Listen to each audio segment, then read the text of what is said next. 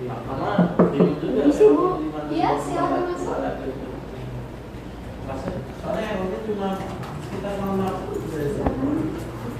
Ini sih ya Bu.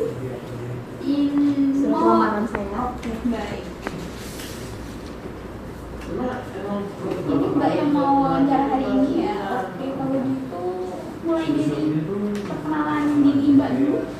Selamat pagi Bu, nama saya Deris Lasubila Agustina. Saya lulusan Politeknik Sampit jurusan Teknologi Informasi dengan fokus di desain grafis. Selama masa studi, saya aktif mengerjakan berbagai proyek desain, baik secara individu maupun juga tim, seperti merancang atau pengguna, logo, poster, dan juga website. Saya juga menguasai software desain seperti Adobe Photoshop, Illustrator, dan juga Figma, dan memiliki dasar dalam coding HTML dan juga CSS untuk mendukung desain front-end. Menarik. Terus jadi Mbak tertarik melamar kerja di sini itu kenapa ya Mbak? Baik Bu, saya tertarik melamar di perusahaan ini karena saya melihat perusahaan ini memiliki fokus dan potensi pada pengembangan solusi desain berbasis teknologi, seperti pembuatan UX aplikasi, desain konten digital, dan branding visual. Saya ingin berkontribusi Bu dalam menghasilkan karya yang tidak hanya estetis, tetapi juga fungsional, sambil belajar lebih juga dalam tentang tren teknologi di dunia desain.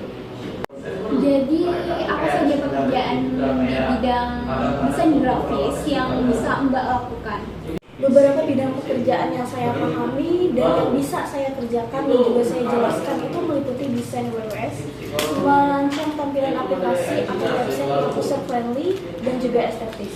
Lalu yang kedua ada branding dan identitas visual, membuat logo good looking branding dan elemen visual perusahaan.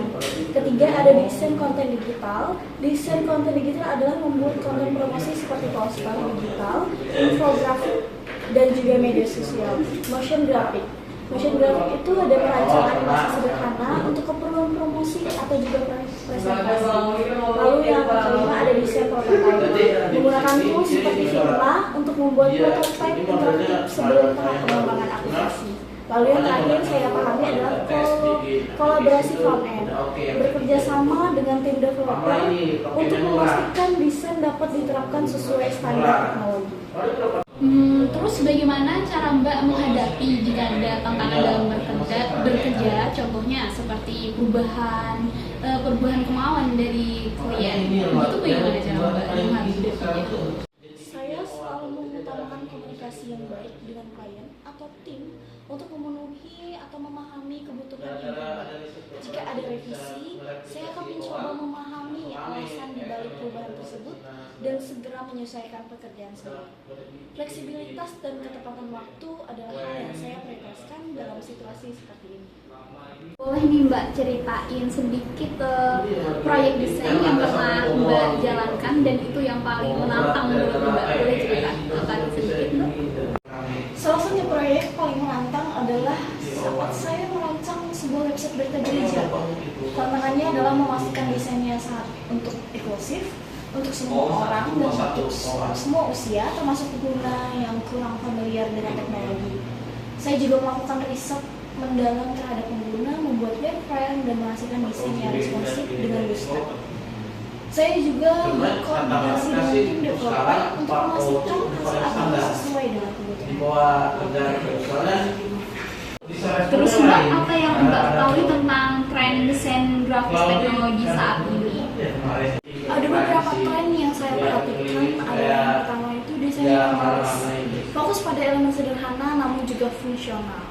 Yang kedua ada interaktivitas, penggunaan animasi atau mikrointeraksi untuk meningkatkan pengalaman pengguna. Lalu yang ketiga adalah AI dalam desain, pemanfaatan tools berbasis AI untuk mempercepat proses desain yang juga berguna.